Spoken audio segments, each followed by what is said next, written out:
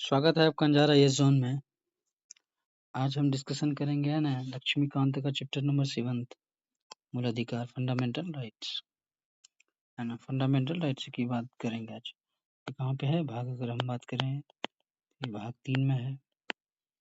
Article की अगर हम बात करें 12 से लेके 35 तक, 35 तक है ना। ये जरा देखते हैं। संविधान के भाग 3 अनुच्छेद 12 से 35 तक मूल अधिकारों का विवरण है ना। इस संबंध में संविधान निर्माता अमेरिकी संविधान अधिकार यानी विधायक के अधिकार से प्रभावित है। कहाँ से लिया गया है? ये अमेरिका से लिया गया है। संविधान के भाग 3 को भारत का मैग्ना कार्टा की संज्ञा दी गई है, जो सर्वथा उचित है। एक लंबी विस्तृत सूची में न्यायोचित मूल अधिकारों का उल्लेख किया गया है ना।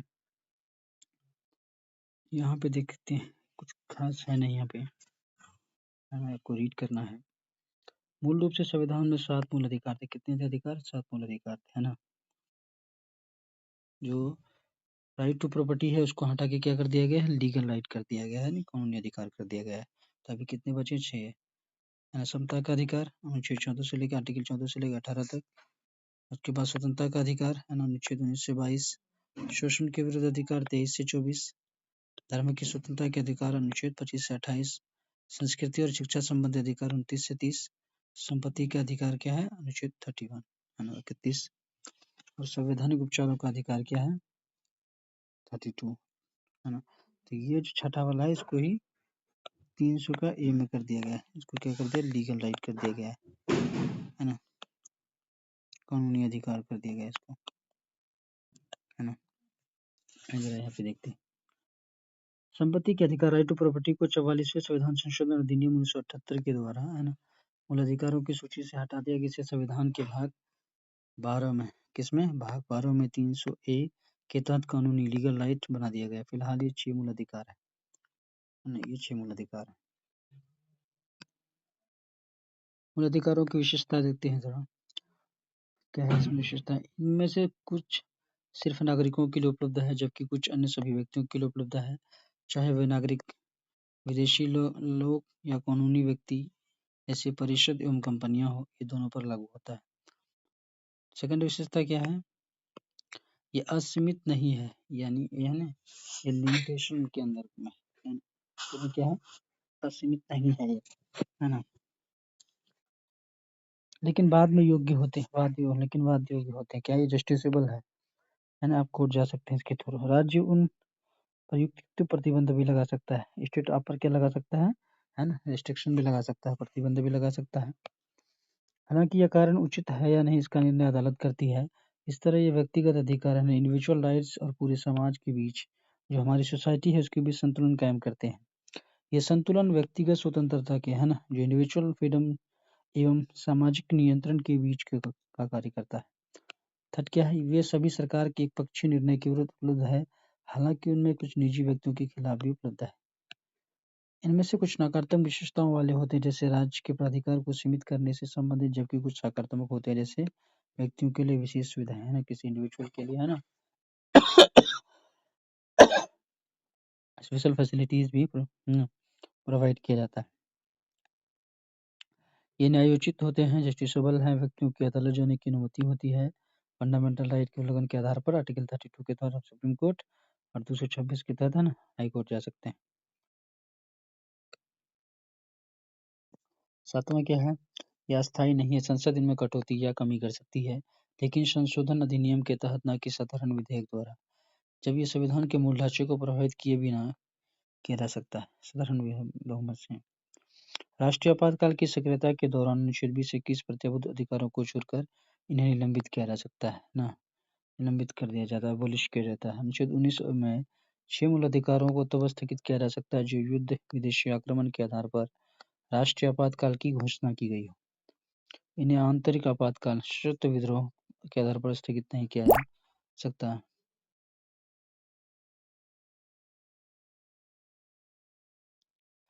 राष्ट्रीय आपातकाल के दौरान मूल अधिकारों का निलंबन अध्याय 16 में विस्तार से वर्णित है ना। अनुच्छेद 31 ए द्वारा इन अधिनियमों और विनियमों की विधि मान्य कर नवी सूची में शामिल अनुच्छेद 31 गा तत्वों को प्रभावी करने वाली विधियों को आदि सशस्त्र बलों, अर्धसैनिक बलों, पुलिस बलों, गुप्तचर संस्थाओं और ऐसी ही सेवाओं से संबंधित सेवाओं के क्रियान्वयन आरोपित कर सकती है। इन इलाकों में भी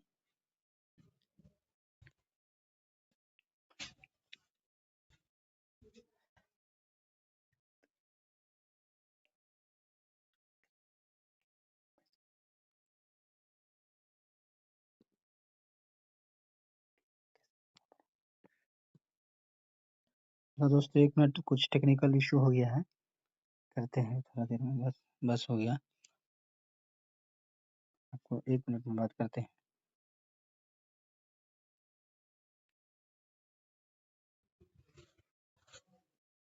एक मिनट दोस्तों, अभी आपसे मिलते हैं।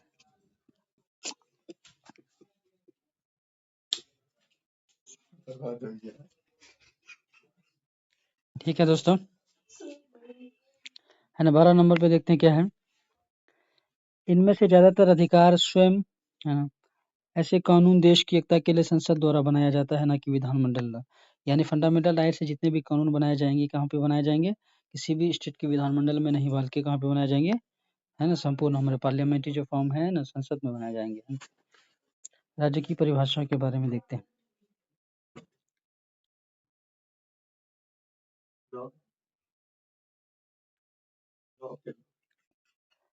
मूल अधिकारों से संबंधित विभिन्न निबंधों में राज्य शब्द का प्रयोग किया गया है। इस तरह अनुच्छेद 12 से भाग 3 के उद्देश्य के तहत परिभाषित किया गया है। राज्य निम्नलिखित में शामिल है। कार्यकारी एवं विधायी अंगों को संघीय सरकार में क्रियान्वित करने वाले सरकार और भारत की संसद। राज्य सरकारों की विधायी अंगों को प्रभावी करने वाली सरकार और राज्य विधानमंडल। सभी स्थानीय निकाय अर्थात नगर पालिकाएं, पंचायत, जिला बोर्ड, सुधार न्याय आदि। अन्य सभी निकाय, है ना, अर्थात वैधानिक और गैर संवैधानिक प्राधिकरण जैसे LIC, ONGC, सेल आदि। इस तरह राज्य को विस्तृत रूप में परिभाषित किया गया है ना। उच्चतम न्यायालय के अनुसार कोई भी निजी इकाई या एजेंसी जो बतौर राज्य की संस्था पर काम करे, अनुच्छेद 12 के तहत क्या राज्य के अर्थ में आती है। सारी चीजें दिए गए हैं।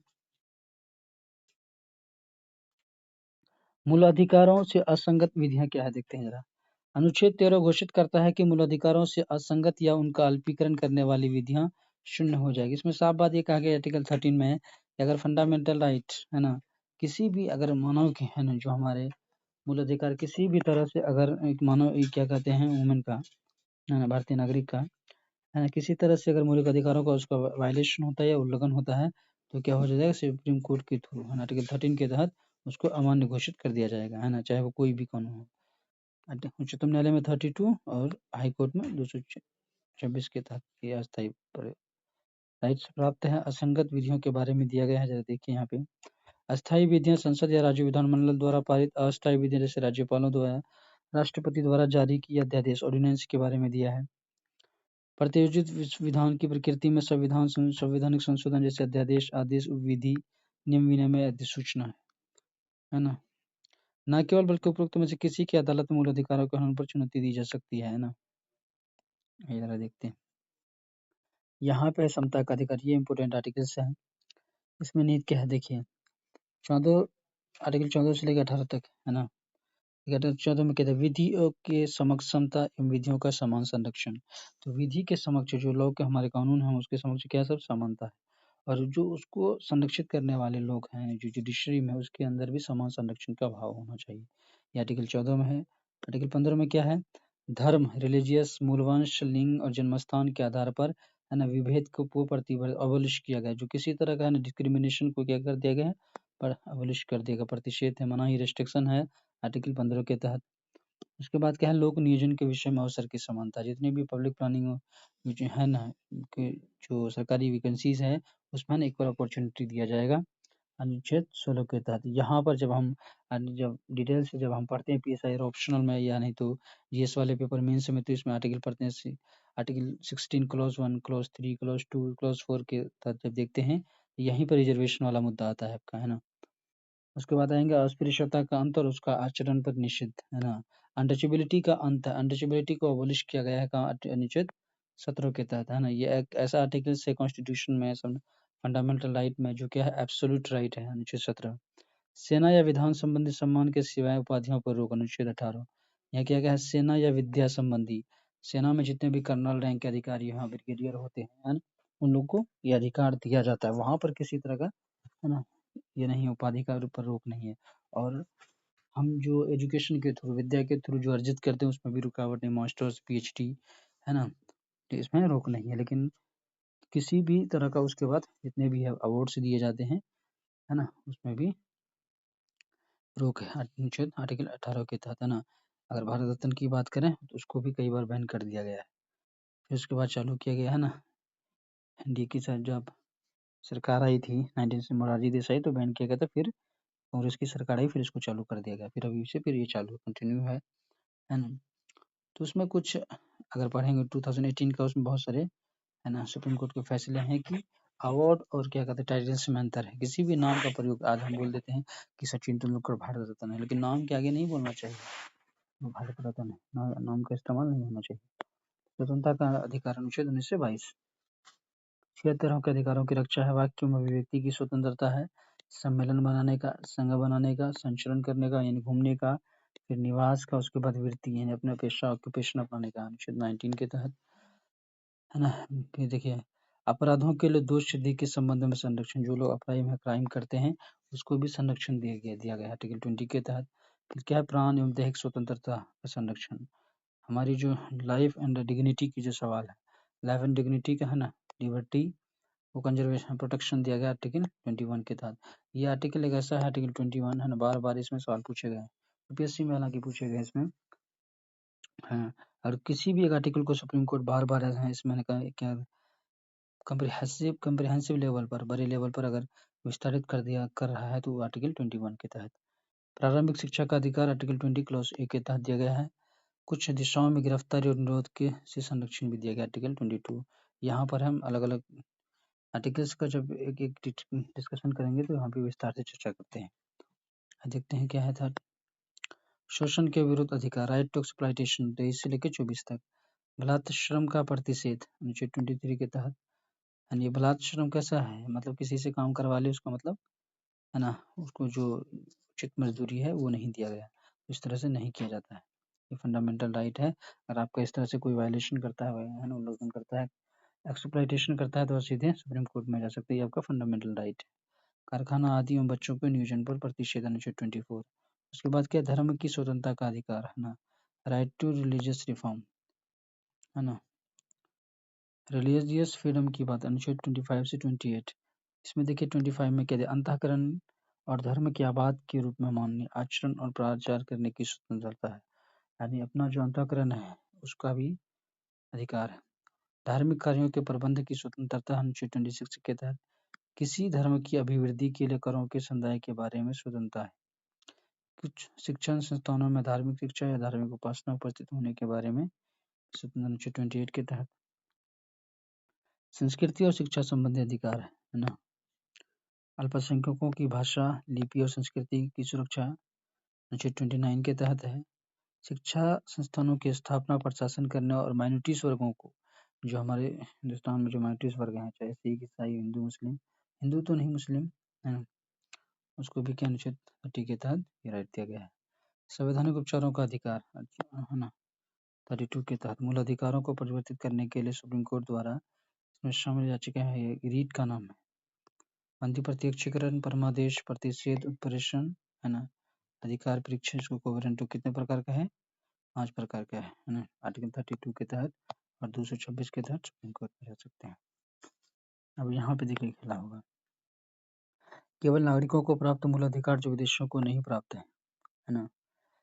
केवल धर्म मूल में आर्टिकल 15 और 16 और 19 और 29, 30 ये किसको प्राप्त है, ये विदेशियों को प्राप्त नहीं है, यानी इंडिजीनस को प्राप्त है, विदेशी को प्राप्त है, भारतीय नागरिक को प्राप्त है, देशी लोगों को, हमारे भारतीय लोगों को ये प्राप्त है। और विदेशियों को प्राप्त अधिकार में क्या है, आर्टिकल 14, 20, 21, 20A, 22, 23, है ना, इस तरह से देखना है। अभी हम यहाँ पे रीड किया था, आइए देखते हैं यहाँ पे जो विदेशियों को प्राप्त है, नागरिकों और विदेशियों को प्राप्त अधिकार शत्रु देशों को छोड़कर, आर्टिकल 24, 25, 26, 27 और उसके बाद क्या 28, ये दोनों को प्राप्त है ना, यहाँ पे दिया गया। इस तरह अनुच्छेद 13 में घोषित करता है कि संविधान संशोधन है ना, कॉन्स्टिट्यूशनल अमेंडमेंट में तो कोई विधि इसलिए चुनौती नहीं दी जा सकती। उच्चतम न्यायालय ने केशवानंदन भारती मामले 1973 में कहा कि मूल अधिकारों के हनन के आधार पर संविधान संशोधन की चुनौती दी जा सकती है। वह संविधान के ढांचे के मूल के खिलाफ हो तो उसे भी अवैध घोषित किया जा सकता है। अनुच्छेद 30 के तहत ये कहा गया। हाँ, उसके बाद यहाँ देखिए विधि के समता विधियों का समान संरक्षण की बात कर दिया गया है ना।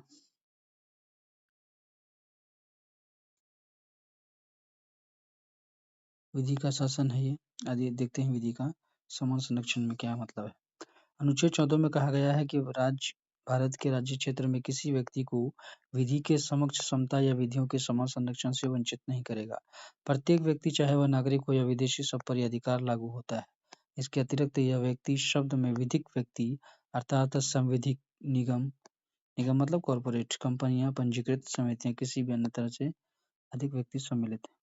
विधि के समक्ष समता का विचार ब्रिटिश मूल का है, ब्रिटिश का है, जबकि विधियों के समान संरक्षण को अमेरिकी संविधान से लिया गया है ना। दोनों में क्या है, किसी व्यक्ति के पक्ष में विशिष्ट विशेषाधिकारों की अनुपस्थिति, साधारण विधि या साधारण विधि न्यायालय के तहत सभी व्यक्तियों के लिए समान व्यवहार है ना। यहाँ पे दिया गया है देखिए विधि का शासन यह है।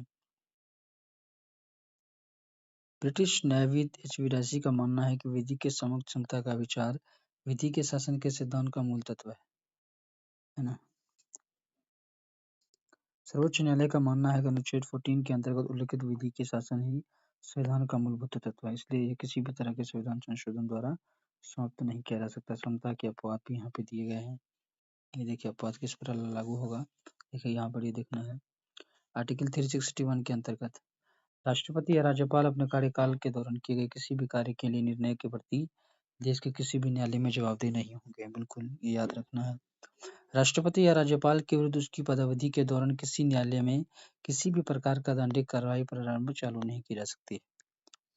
राष्ट्रपति या राज्यपाल की पदावधि के दौरान उसकी गिरफ्तारी या कारावास के लिए किसी न्यायालय की कोई प्रक्रिया प्रारंभ नहीं की जा सकती।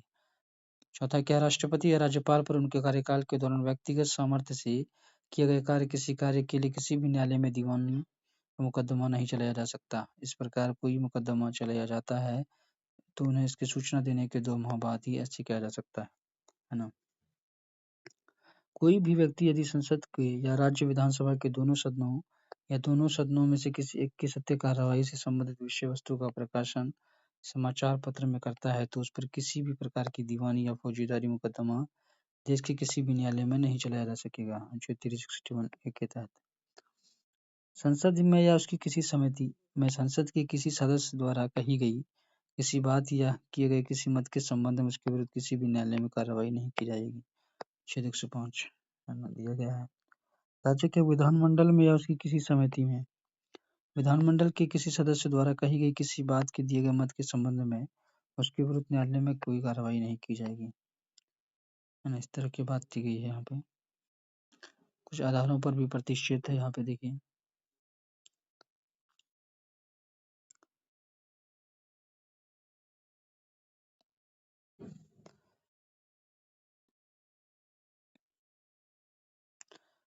ओबीसी के बारे में दिया गया 13 संविधान संशोधन अधिनियम 2005 द्वारा शामिल किया गया है। इसका प्रतिष्ठितें आरक्षित की गई है। क्रीमी लेयर के बारे में आइए जरा देखते हैं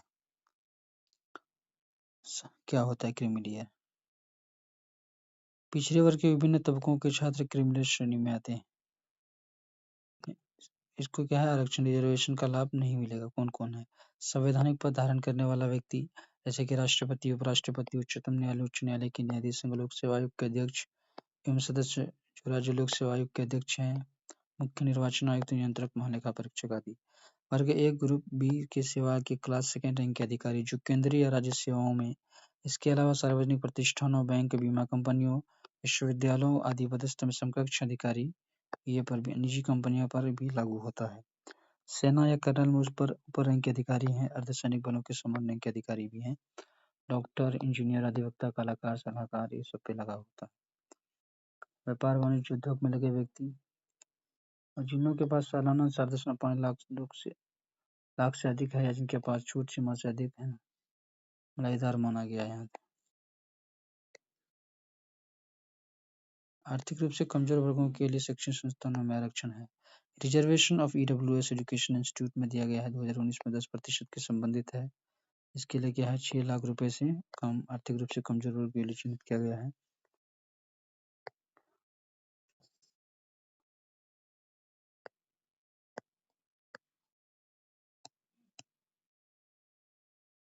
कोटा दर्जा भी निर्धारित किया गया है ना।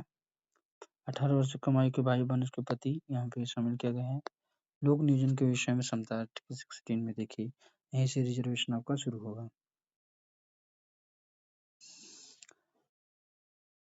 अनुच्छेद 16 के राज्य के अधीन किसी पद पर नियोजन या नियुक्ति में संबंधित विषयों पर सभी नागरिकों के लिए अवसर समता होगा। किसी भी नागरिक के साथ किसी भी सिटीजनशिप के साथ भेदभाव नहीं किया जा सकता। केवल धर्म, वंश, जाति, लिंग, जन्म स्थान के आधार पर रोजगार यानी एम्प्लॉयमेंट के कार्यालय के लिए अयोग्य नहीं ठहराया जाएगा। इस तरह की बात करता है।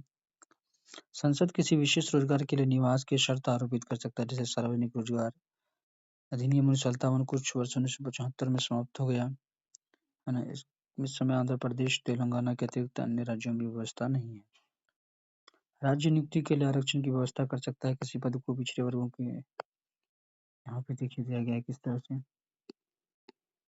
मंडल आयोग और उसके परिणाम है। 1979 में मोरारजी देसाई सरकार ने द्वितीय पिछड़ा वर्ग आयोग के गठन सदस्य बी मंडल की अध्यक्षता में आर्टिकल 340 के तहत समाज में स्थिति की जांच करने के लिए किया गया था, है ना। तो ये कहाँ से होगा दोस्तों, ये रीड करने से ही होगा। देखिए आर्टिकल 16 क्लॉज 4 के बारे में विस्तार से दिया गया है ना। जरा यहाँ पे देखते हैं कुछ इम्पोर्टेंट। 102वां संविधान संशोधन अधिनियम 2018 संविधान में नया अनुच्छेद 338 बी जोड़ा गया है ना। 77वां संविधान संशोधन अधिनियम 1995 फिर किया गया। फिर बैकलॉग के बारे में यहाँ पे दिया गया 21वां संविधान संशोधन अधिनियम 2000 के बारे में।